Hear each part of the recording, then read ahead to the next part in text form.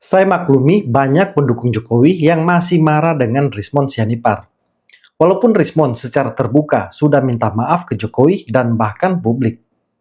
Saya bukan membela Rismon, tapi teman-teman perlu ingat, saat ini yang paling marah dan sakit hati dengan Rismon adalah Roy Suryo CS dan pendukungnya. Karena dampak dari manuver Rismon ini sangat menguntungkan Pak Jokowi, dan sebaliknya menghancurkan kubu Roy Suryo. Ekspresi kekecewaan atau rasa sakit hati itu pun tidak bisa disembunyikan Roy Suryo CS dan pendukungnya. Berikut ini saya akan tampilkan 10 figur di kubu Roy Suryo CS yang meluapkan ekspresi kecewa dan sakit hatinya kepada Rismon. Bahkan ada yang sampai membakar buku Rismon. Sebelum kita mulai, saya menghimbau teman-teman menonton ini sebagai hiburan saja. Kita tertawakan saja mereka. Biarkan kubu Roy Suryo yang meradang.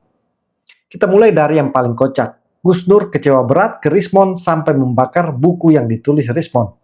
Bahkan Gus Nur sampai memblokir nomor Rismon. Jadi sekarang saya bakar aja buku ini ya. Karena percuma saya protes dan saya bakar aja buku ini. Nggak apa-apa Rismon, itu pilihanmu ya, silahkan merapat ke Jokowi, minta maaf sama Jokowi, nggak apa-apa. Ya, itu pilihanmu. Semoga kamu bahagia di sana. Atau nanti bila perlu, ini maaf lo ya kalau saya salah ya. Bila perlu Dokter Tifa, Bu Dokter Tifa sama Roy Suryo nanti merapat juga. Gak apa-apa. Semua seluruh dunia ini merapat ya, seluruh bangsa ini merapat ke sana, nggak apa-apa. Saya enggak. Nah, ini saya bakar bukunya Rismon sebagai bentuk protes. Ya, buat apa saya baca tulisannya orang yang yang pelin-pelan seperti itu. Oke, saya nggak kecewa, nggak ada hubungannya sama kecewa. Ngapain kecewa ya? Nah, ini sebagai bentuk protes saya bakar bukunya. Selamat Bang Rismon, kita sudah beda haluan. Izin saya blokir nomornya Anda. Kita nggak perlu berhubungan lagi. Assalamualaikum warahmatullahi wabarakatuh. Yang tidak kalah kocak, Mikhail Sinaga, yang tiba-tiba meminta maaf kepada para pembeli buku Rismon yang berjudul Gibran Endgame. Karena buku itu jadi tidak bermakna apa-apa. Akibat penulisnya sendiri Rismon sudah membantah isinya. Kelihatan Mikhail Sinaga ini sakit hati banget melihat Rismon bertemu Gibran. Mungkin Mikhail Sinaga ini pengen ikut ketemu Gibran, tapi ditinggalkan Rismon. Mikhail Sinaga dibiarkan tetap bersama Roy Suryo CS. Halo teman-teman semua, saya barusan mendapatkan kabar bahwa Bang Rismon Sianipar, sahabat saya, telah menghadap kepada Gibran Rakabuming Raka, Pak Wapres kita, Wakil Presiden kita, dan meminta maaf soal buku Gibran Endgame. Nah, sekarang saya juga sebagai mantan koordinator tim manajemen buku Gibran Endgame, saya menyatakan di video ini bahwa saya meminta maaf kepada seluruh pembeli buku Gibran Endgame yang dari kemarin banyak sekali mencurahkan perasaannya ya. Ada yang mau membuang, ada yang mau membakar, ada yang mau ya macam-macam lah mau dilakukan ke buku itu. Saya meminta maaf karena kami pun tidak tahu dari awalnya. Kalau saya tahu dari awalnya Bang Rismon akan seperti ini, kami tidak akan mau menjadi manajemen buku Gibran Endgame. Ternyata buku Gibran Endgame ini hanya dipakai sebagai, saya nggak tahu lah ya, Bang Rismon menganggap buku ini sebagai apa. Tapi yang jelas, saya sebagai koordinator waktu itu, manajemen buku Gibran Endgame, mewakili kawan-kawan semua di manajemen dan reseller, mengucapkan memohon maaf kepada seluruh pembeli dan berterima kasih juga karena memang dana yang kalian berikan kepada kami itu kami gunakan untuk perjuangan dan sampai sekarang kami masih gunakan untuk perjuangan. Ya. Jadi dana itu tidak sia-sia. Mungkin dana yang ke Rismon sia-sia. Tapi banyak dana itu yang dipakai untuk perjuangan oleh kawan-kawan yang sampai sekarang masih mencari ijazah Jokowi dan ijazah Gibran. Tapi kita doakan saja Bang Rismon mendapatkan sesuatu yang baik dari audiensinya dengan Mas Gibran. Semoga dia membawa pulang sesuatu yang baik juga untuk dirinya sendiri, ya nggak apa-apa. Kita doakan saja yang terbaik untuk Bang Rismon. Dan saya sebentar lagi akan podcast dengan Pak Roy Suryo untuk meminta pendapat Pak Roy Suryo mengenai ini. Dan saya akan tayangkan nanti sore sekitar jam-jam hampir berbuka puasa. Ya, saya yakin Pak Roy Suryo sudah mendengar hal ini dan tadi saya sempat WA sebentar dengan Pak Roy Suryo, sangat menarik balasan beliau ya. Kalau saya meminta maaf saja, karena buku Gibran Endgame itu adalah kesalahan. Saya juga bersalah karena ikut memasarkan itu, dan ternyata penulisnya adalah orang yang seperti ini. Ya. Terserah pembeli mau membayangkan seperti ini itu seperti apa sih. Tapi kita sudah lihat semua kelakuan dia yang datang ke rumah Jokowi dan sekarang datang ke Gibran. Ya. Tapi jangan lelah mencintai Indonesia, jangan berhenti mencari kebenaran. Thank you. Yang kelihatan sakit hati juga Amin Rais. Amin Rais yang pernah membangga-banggakan Rismon seperti tersambar petir melihat manuver Rismon. Bahkan saking tidak terima, Amin Rais menarasikan Rismon minta maaf karena siasat Jokowi. Lagi-lagi Jokowi yang disalahkan. Menurut Amin Rais, Rismon diancam sehingga terpaksa minta maaf dan ketemu Jokowi. Assalamualaikum warahmatullahi wabarakatuh. Alhamdulillahirabbil alamin. Wassalatu wassalamu ala asyrafil anbiya'i wal mursalin wa ala alihi wa sahbihi ajma'in. Amma ba'd. Saudara sebangsa setanah air, berita paling ramai sejak Kamis kemarin, 12 Maret 2026, adalah takluknya Rismon di hadapan Raja Jawa tanpa mahkota bernama Jokowi di keraton kecilnya di Solo. Rismon tanpa berpamitan pada Roy Suryo dan Dr. Tifauzia, dua partnernya yang selama ini terlihat di permukaan begitu ikhlas, percaya diri, dan tak mungkin bisa ditaklukkan oleh siapapun, apalagi bisa dibeli dan menjual diri. Tetapi sayang sekali, Rismon tiba-tiba lempar handuk putih ke depan keraton cilik Raja Licik Joko Widodo. Rismon minta maaf selama ini menuding ijazah Jokowi itu palsu. Dia menerangkan pada Jokowi bahwa buku putih berjudul Jokowi's White Paper ditulis oleh trio RRT. Masing-masing menulis bab-bab yang sudah disepakati bertiga, dan saya pernah berkomentar buku setebal 700 halaman itu layaknya sebuah disertasi untuk meroleh PhD degree untuk meroleh gelar philosophical doctor. Nah, di Solo itu, Rismon memohon maaf pada bekas Presiden Jokowi yang selalu berpenampilan seperti orang sehat dan mengatakan berulang kali di depan Munas PSI di tahun lalu di Makassar, saya masih sanggup keliling Indonesia ke seluruh provinsi, kabupaten, kota, bahkan ke seluruh kecamatan, dan lain sebagainya. Jelas Jokowi masih mau mengatur Indonesia. Nah, sebelum Rismon sowan ke Jokowi, dia telah mengajukan permohonan restoratif justice ke Polda Metro Jaya. Buat saya, takluknya Rismon ke Jokowi mungkin didasarkan banyak pertimbangan yang hanya Rismon sendiri yang tahu. Bahwa Rismon sering mengalami teror lewat telepon dari manusia-manusia pengecut, itu sudah pasti. Kaca mobilnya pernah pecah dan ban mobilnya dikempeskan oleh orang tak dikenal. Tapi itu bukannya melemahkan semangatnya, malah terus saja bersikukuh untuk membongkar kepalsuan ijazah Jokowi. Itulah Pak Rismon. Nah, sesungguhnya ada pernyataan Rismon yang mengharukan, yaitu siap mati demi membongkar kepalsuan ijazah Jokowi yang dinobatkan sebagai Presiden nomor 3 terkorup di muka bumi oleh OCCRP, Organized Crime and Corruption Reporting Project. Saudara, saya usul setelah Rismon mementahkan apa yang dia tulis sendiri di Jokowi's White Paper, supaya lebih total, nyatakan juga bahwa di samping tadi ya Jokowi's White Paper itu buku yang lain yang ditulis oleh Rismon sendirian itu berjudul Gibran Endgame 200 halaman. Kemudian juga di sampul belakang buku itu ya sama ya, Gibran Endgame, tetapi kemudian ada dalam kotak berwarna merah itu Wapres tak lulus SMA. Nah, buku itu ya, buku ini ya sebaiknya dimentahkan juga supaya Gibran ternyata dianggap lulus SMA dan bisa nyapres atau nyawapres besok di tahun 2029 itu. Ya. Mengapa? Salah satunya harapan tengil Jokowi memang tinggal Gibran yang diharapkan bisa dijual pada Pilpres atau Pilwapres di tahun 2029 itu. Ya.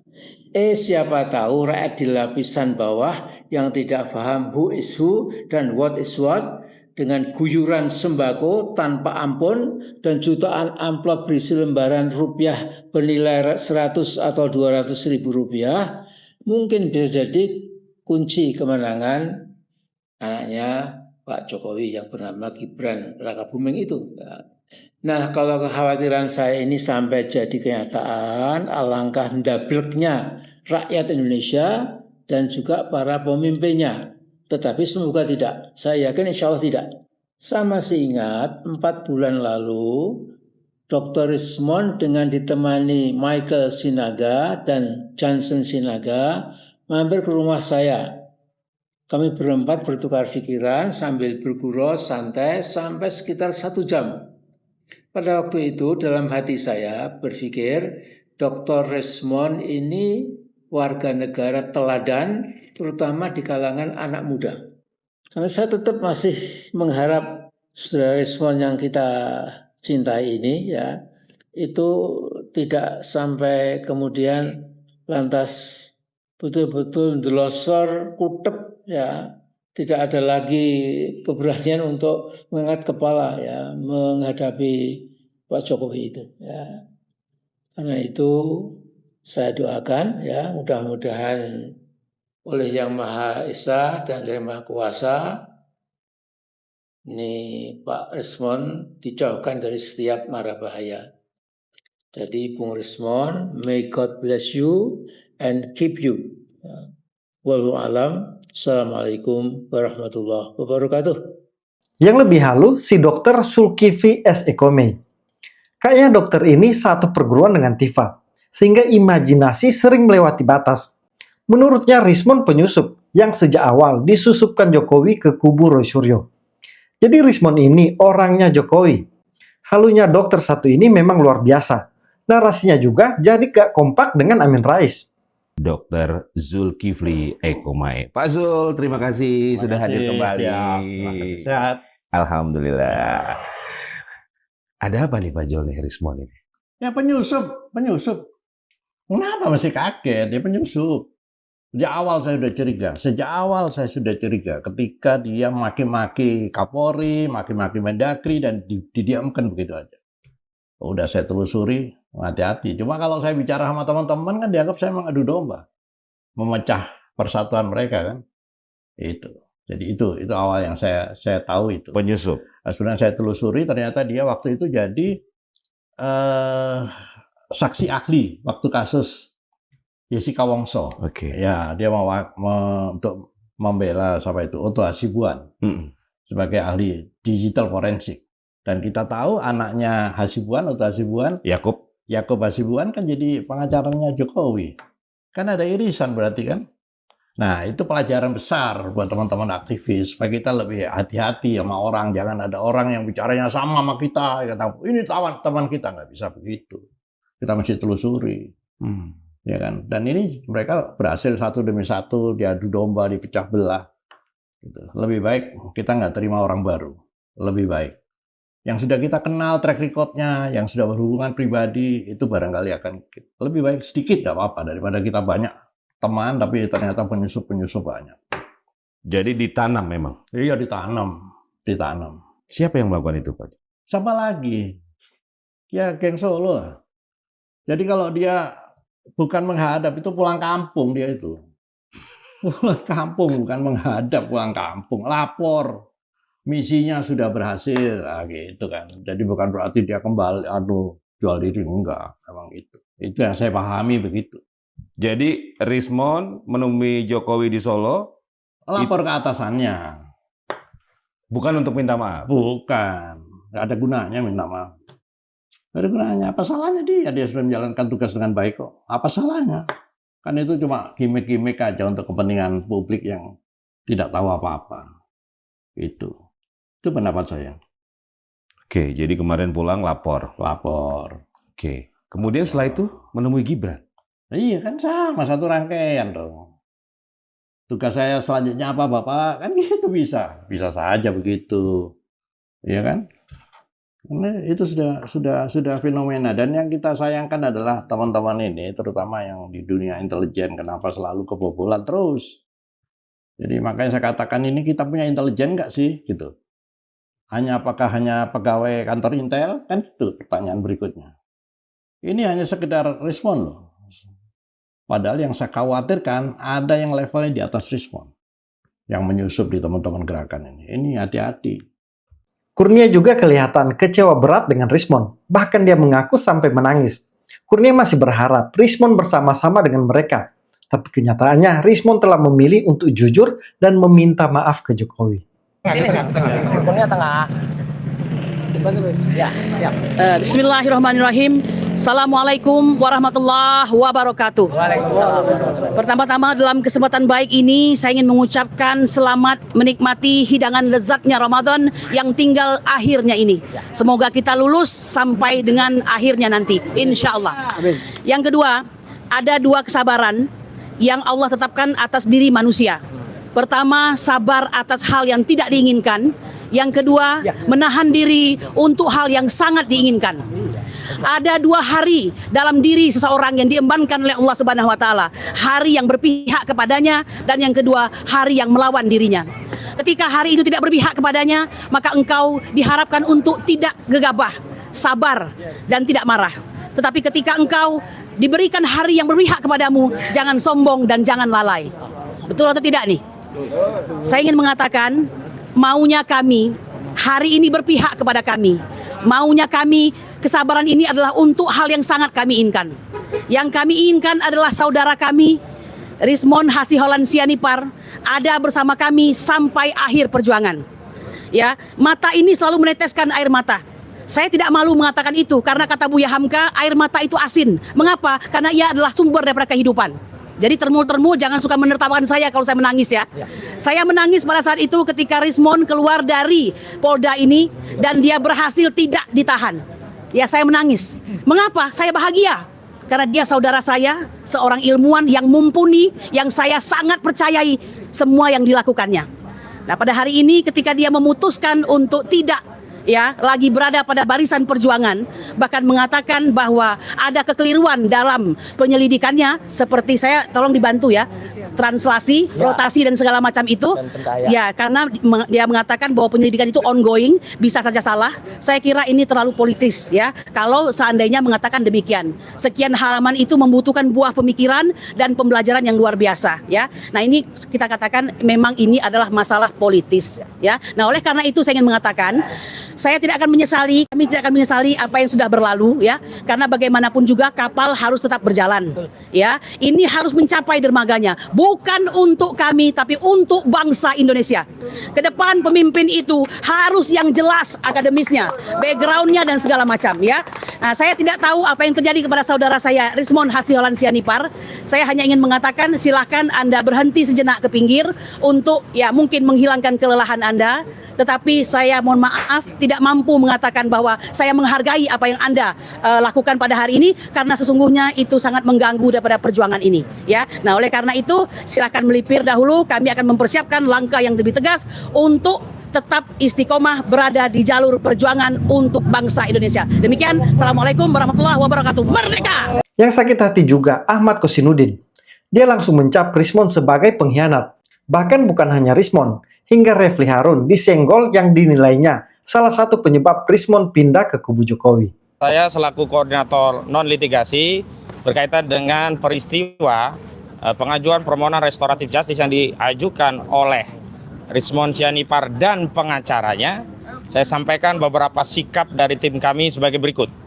Pertama, kami tegaskan bahwa berita di mana Rismond Sianipar mengajukan permohonan restoratif justice bersama pengacara, bukanlah pengacaranya itu dari kami. Karena kami di tim advokasi anti kriminalisasi akademisi dan aktivis sudah tidak lagi menangani Rismond Sianipar, terhitung sejak Rismond Sianipar menunjuk kuasa hukum baru, yakni bersama Saudara Refli Harun dan Jahmada Girsang, yang kami ketahui kop suratnya menggunakan kop surat dari Saudara Jahmada Girsang. Karena itu segala hal yang berkaitan dengan Saudara Rismond Sianipar, baik berkaitan dengan restoratif justice, termasuk dugaan perkara pemalsuan dokumen ijazah S2 dan S3 di Jepang, itu sepenuhnya tanggung jawab yang bersangkutan, yakni Saudara Rismond Sianipar Siholan, juga kuasa hukumnya yang saat ini menangani yang bersangkutan. Yang kedua, kami kembali mengingatkan bahwa kami telah menegaskan siapapun yang melakukan upaya perdamaian dengan kepalsuan, dengan kebohongan, dengan kezaliman, dan siapapun yang menempuh jalan untuk berdamai dengan Joko Widodo, sudah kami tegaskan dan hari ini kami tegaskan kembali bahwa mereka ini adalah orang-orang yang berkhianat terhadap rakyat. Dan kami tegaskan sekali lagi, tidak akan pernah ada kompromi dengan siapapun yang berusaha mencampurkan antara al-haq dengan al-batil.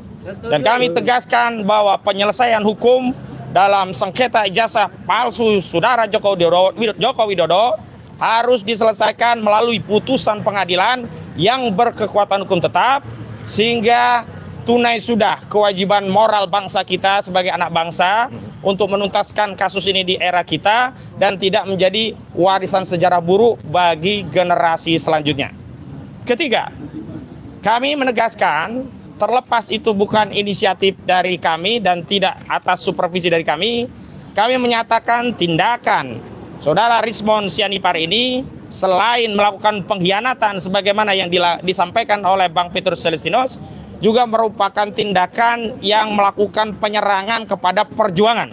Kita tahu sebelumnya sudah ada 2 orang yang bertandang ke Solo, masih konsisten mengakui jasa Jokowi palsu, masih konsisten tidak minta maaf kepada Jokowi, tapi hari ini dengan tanpa malu dan tidak ada lagi tersisa wibawa sedikit pun dari Saudara Rismond Sianipar, dia merengek-rengek lewat media menajukan minta maaf kepada Saudara Joko Widodo.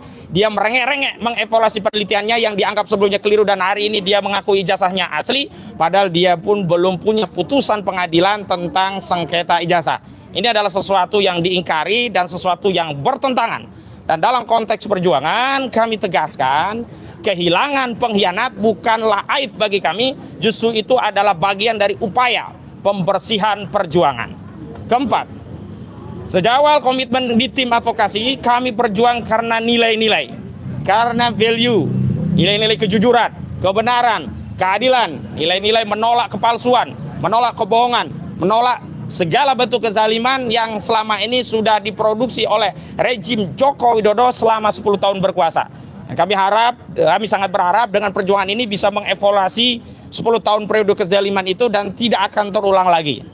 Jadi jika hari ini, bahkan yang akan datang, bahkan yang sudah lalu, ada orang, ada tokoh, siapapun itu datang dan pergi menyisakan legasi pengkhianatan terhadap perjuangan ini, tidak masalah bagi kami, karena kami tidak berjuang untuk mereka, tidak berjuang untuk orang, tidak berjuang untuk tokoh, tapi kami berjuang untuk nilai-nilai yang ini dijunjung tinggi seluruh rakyat Indonesia, yakni kebenaran, keadilan, melawan kezaliman, kebohongan, juga kepalsuan. Dan yang terakhir, kami menegaskan bahwa apa yang terjadi ini adalah konfirmasi bagian dari lanjutan serta strategi kubu Jokowi berupa adu domba dan pecah belah. Selain melakukan pecah belah, Saudara Joko Widodo juga melakukan adu domba. Dan ini terkonfirmasi. Kita lihat, apakah ini murni dari keinsafan Saudara Rismond Sianipar, atau ini karena tekanan, mengingat sikap Saudara Rismond ini baru disampaikan setelah yang bersangkutan dilaporkan dengan dugaan ijazah palsu S2, S3 di Jepang. Karena itu, terlepas apakah Saudara Joko Widodo memaafkan atau tidak, terlepas terjadi perdamaian atau tidak, bahkan terlepas ada SP3 atau tidak terhadap Rismond Sianipar mengikuti Saudara Egy Sujana dan Damai Hari Lubis, kami meminta kepada aparat penegak hukum untuk tetap melanjutkan kasus dugaan ijazah palsu saudara Rismon, karena kami tidak membela siapapun. Siapapun yang memalsukan ijazah, baik itu saudara Joko Widodo maupun Rismon Sianipar, keduanya harus bertanggung jawab kepada seluruh rakyat dan harus diadili sampai ada putusan hukum yang berkekuatan hukum tetap. Dan terakhir, kami mengimbau kepada seluruh rakyat Indonesia, jangan lelah untuk terus mendukung dan berdoa untuk perjuangan kami. Tidak perlu kecewa dengan pihak pengkhianat.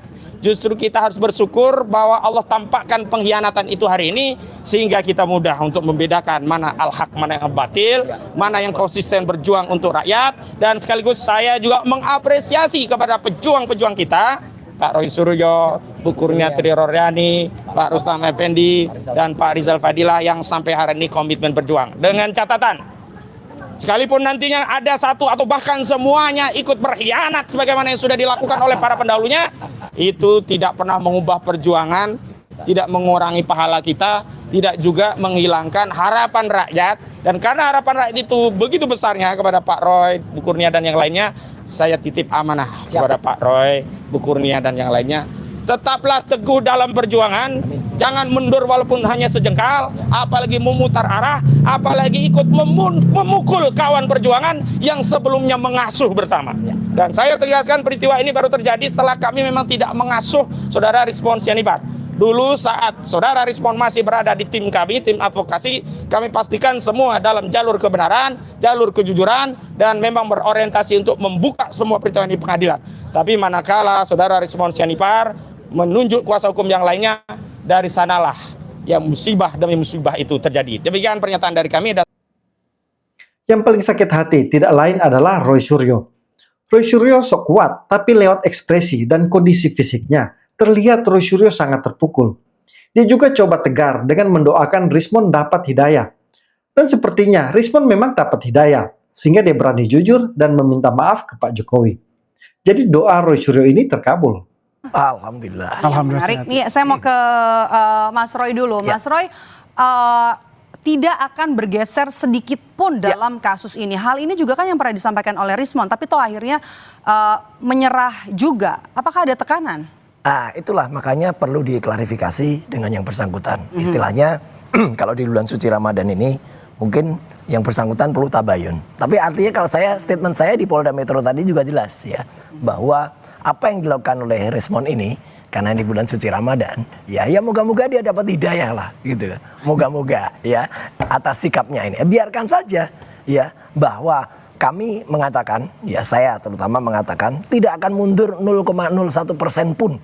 Ya, kenapa? Karena itu sisanya yang 99,9% gitu ya. Tidak akan mundur dan insya Allah kami semua tetap amanah. Jadi ada tekanan nggak Mas Roy? Oh, kalau tekanan dari dulu tekanan, dan disinilah kelihatan mana yang ditekan melembek, ya mana yang kemudian ditekan tetap kuat. Insya Allah rakyat bersama kita, insya Allah Tuhan Yang Maha Kuasa juga membersamai kita. Clear. Tifa juga ikut kecewa. Lewat akun X-nya, Tifa mencuit yang bernada sindiran pemilik 3 ijazah palsu berpelukan. Yang dimaksud adalah Jokowi, Gibran, dan Rismon. Pegiat media sosial Dr. Tifauzia Tiasuma memberikan komentar secara tak langsung dalam perkara ijazah Presiden ke-7 Joko Widodo. Hal ini terjadi seusai pakar digital forensik Rismon Sianipar menyampaikan pengakuan bahwa ijazah milik Jokowi asli. Sikap berbalik arah dari Rismon tersebut memicu berbagai reaksi di ruang publik termasuk dari pegiat media sosial Dr. Tifa. Melalui akun media sosial X pribadinya, Dr. Tifa mengunggah 2 pernyataan yang menyinggung dinamika terbaru dalam polemik tersebut. Dalam unggahan pertamanya, Dr. Tifa menulis kalimat singkat bernada sindiran bahwa 3 pemilik ijazah palsu sedang berpelukan. Sementara dalam unggahan lainnya, ia menceritakan kembali pertemuan yang disebut terjadi pada 15 April 2025 di ruang 109 Fakultas Kehutanan Universitas Gadjah Mada. Dalam narasinya, Dr. Tifa mengklaim dirinya bersama Rismon Sianipar dan Roy Suryo menghadiri pertemuan dengan Sivitas Akademika Kampus untuk melihat dokumen skripsi atas nama Joko Widodo. Ia menyebut dokumen yang diperlihatkan saat itu tidak meyakinkan hingga menyimpulkan skripsi palsu. Ia pun menuliskan bahwa Roy Suryo memotret lembaran skripsi tersebut sebagai dokumentasi yang akan menjadi bukti dalam pengujian lebih lanjut. Tak hanya itu, Dr. Tifa juga menyatakan terdapat ratusan dokumen lain yang akan diuji keasliannya bersama sejumlah pihak yang disebut berasal dari kalangan akademisi serta ahli teknologi informasi dan digital forensik. Seperti diketahui seusai menyatakan ijazah Jokowi asli, Rismon Sianipar juga menantang Roy Suryo dan Dr. Tifa untuk adu data. Rismon menyebut dirinya sedang dalam proses menulis ulang temuan penelitian yang menyatakan ijazah Jokowi asli. Ya, saya hormati teman-teman Pak Roy dan Bu Tifa sebagai sahabat, sebagai keluarga. Tetapi marilah kita berdiskursus, beropini, tidak ad hominem. Mari kita cerdaskan Republik ini. Bantah temuan saya dengan cara beradab, beretika. Karena saya khawatir, ya, kalau hal itu tidak dilakukan maka semakin mengkonfirmasi apa yang saya tulis. Dan itu pasti saya tuliskan. Saya selalu menuntaskan pekerjaan yang saya mulai. Refli Harun juga kecewa berat, karena dia yang sering membanggakan Rismon. Refli pun langsung mengambil sikap berhenti sebagai pengacara Rismon. Kami sebenarnya, saya pribadi menunggu kejelasan sikap dari Rismon Sianipar yang konon kabarnya mengajukan RJ. Karena kita kan tidak ingin... Bacanya baru siang tadi melalui media kan? Ya, artinya sampai malam ini Bang Refli belum dapat penjelasan langsung. Tapi rasanya nggak mungkin lah itu salah kan, karena kita lihat itu media mainstream semua yang muat. Iya, rasanya lucu banget kalau salah kan. Tapi memang ditelepon nggak jawab dan kemudian ini juga nggak jawab. Coba kita telepon iseng-iseng ya. Nah, iseng-iseng telepon. Siapa tahu dia menjawab. Malah jawab dan langsung live. Ya, langsung live. Tapi meanwhile kita telepon dia. Kita bacakan. Coba kita bacakan. Jadi kita merumuskan sikap sebagai berikut. Sambil lihat-lihat di situ ya. Batuknya masih. Kayaknya perlu minum juga ini kayaknya. Kalau ada minum. Tapi ada di mobil tuh, mungkin bisa diambil minum di botol minuman di mobil ya. Kami menghormati langkah Rismon Sianipar untuk mengajukan restoratif justice sepanjang dilakukan dalam koridor hukum yang tersedia tanpa motif-motif lain. Nah, itu yang perlu dijelaskan. Nanti kita jelaskan sedikit ya. Selanjutnya kami menarik diri sebagai penasihat hukum atau kuasa hukum Rismon Sianipar karena langkah yang diambil sudah tidak sejalan dengan langkah-langkah hukum yang kami perjuangkan. Bang Refli sendiri atau sama teman-teman yang lain? Sama teman-teman yang lain. Ya, nanti itu ya. Mengenai nasib bala RRT ya, Barisan Pembela Roy Rismon Tifa, kami serahkan kepada prinsipal untuk menentukan kelanjutannya. Namun secara de jure dan de facto kami masih mewakili kepentingan Roy Suryo dan Dr. Tifa karena belum dicabut. Nggak akan dicabut kalau itu. Jadi, untuk sementara yang bersepakat tentang hal tersebut, Refli Harun, kemudian Tony Soehartono, Ramdan Shah, kemudian Fadli Nasution. Nanti yang lainnya akan menyusul. Ada tambahan nggak, Pak Tony? Saya menyebutkan nama Refli Harun, Tony Soehartono, Ramdan Shah, kemudian Fadli Nasution, Wirawan Adnan, M Taufik, itu semua itu ya. Al-Katiri? M Taufik, kemudian Al-Katiri, kemudian Aziz Yanuar. Jadi itulah yang confirm. Mudah-mudahan informasi ini tidak salah ya. Nah, saya sambil minum ya karena ternyata. Jadi penegasan Bang Refli selaku pimpinan dari kuasa hukum kami ya, Balai RRT ini memang penting banget, dan agar jangan kemudian dibuat suatu penjelasan yang salah atau misleading di masyarakat ya, karena dikatakan bubar gitu ya, kemudian udah nggak kompel lagi, kocar kacir. Apanya yang kocar kacir? Nggak ada. Kita tetap sama gitu. Jadi terus menghubungi Rismon agar langkah ini. Nah, mengenai lawyer-lawyer yang kemudian ikut mencabut, istilahnya bukan mencabut mandat, ikut mengundurkan diri. Karena yang mencabut mandat memang prinsipal, tapi kita mengundurkan diri. Untuk sementara baru itu. Kalau yang memang yang lainnya mau menyusul silahkan. Bagi saya, manuver Rismon ini memang menjadi amunisi baru untuk menambah kekuatan kubu Jokowi. Bahkan Rismon sendiri sudah berjanji akan buat buku antitesa Jokowi White Paper. Itu artinya Rismon siap menghancurkan penelitian abal-abal dua temannya, yaitu Roy Suryo dan Tifa. Karena bagi saya, Rismond walaupun terlambat minta maaf dan mengakui ijazah Jokowi, tapi lebih baik daripada tidak sama sekali. Dibanding Egy Sujana dan DHL yang sudah ke Solo bertemu Jokowi, tapi dengan angkuh menyatakan tidak ada permohonan maaf, padahal sudah mendapatkan RJ dan SP3. Tapi dengan manuver Rismond ini juga bukan berarti kasus dugaan ijazah S2 dan S3 Yamaguchi-nya selesai. Ini harus dituntaskan dan harus dipertanggungjawabkan Rismond di depan hukum dan publik. Teman-teman, itulah informasi yang bisa saya share di video kali ini. Kalau dirasa bermanfaat, jangan lupa komen, like, dan bagikan. Salam kontra narasi.